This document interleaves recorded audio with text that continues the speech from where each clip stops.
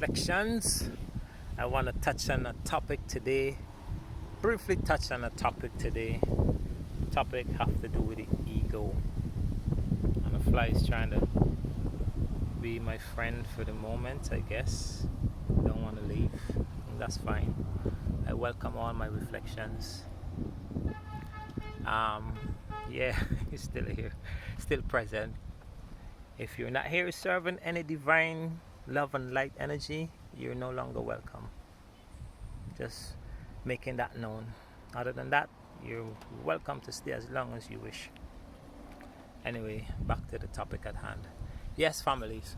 So, the ego, the ego, the ego, the ego, the ego. Now, we are moving into a space of awareness where we are becoming more in tune that the ego is not necessarily something that we want to let rule us, right? Not something that we want to keep feeding, right? But without fully understanding what the ego is, we are in a sense trying to get rid of it before we fully understand what it is and how it serves us and how to truly allow the ego to rest, right? Without us trying to kill the ego. We're not fully in tune yet with it to allow it to rest. Now the ego is the primary tool that we use in the physical world to objectify our reality, right? And without the ego, we will not be able to perceive anything without the ego in this physical reality, right? The ego is our sense of touch, our sense of taste, our sense of smell, right? The ego is the ego is all of these things and more, right? So what would reality be without the ego, right? And it's not a bad thing. It's absolutely not a bad thing, because everything just is humans, us, with the fact that we're living in a dualistic world. We create sides and polarities and say this is good or this is bad, when in essence we are the ones that give things meaning via the ego, right? But how would one feel if the desire is to kill the ego, right? And then while killing the ego, your mate does not make you feel satisfied, does not stroke your ego in that way? How would one feel, right? How would one feel if they go to work and they do not receive, the exchange in monies, right? The ego makes us want these things, make us feel that we deserve these things, right?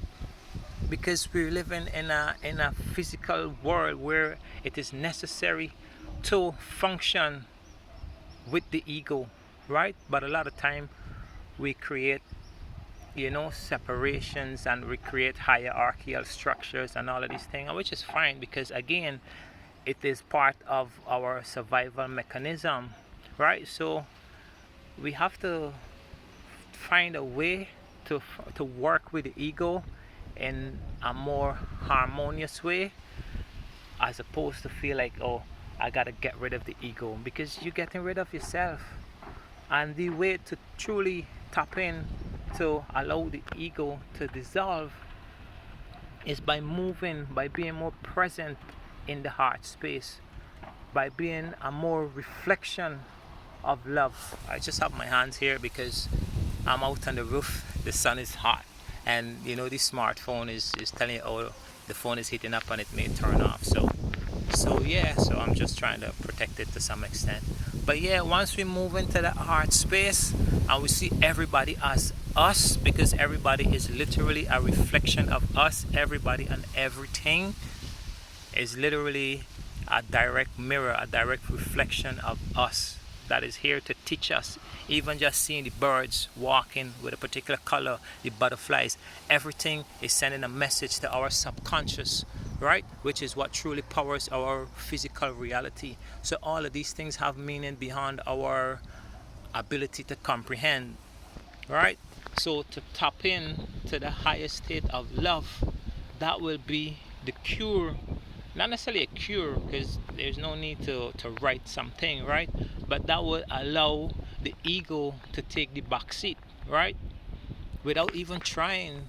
But it is a challenge, it is a challenge because we're still in survival, especially in this time. We are trying to make ends meet. We are trying to manifest love. We are trying to manifest better car, better home, better career, and this is all part of feeding the ego. So please, let's work with the ego, because while we're trying to disconnect from the ego in this present timeline, we're creating limitations, right? So work with the ego, families. Work with the ego. Set intention to operate from the heart space. Set intention to create more heart-based intelligence.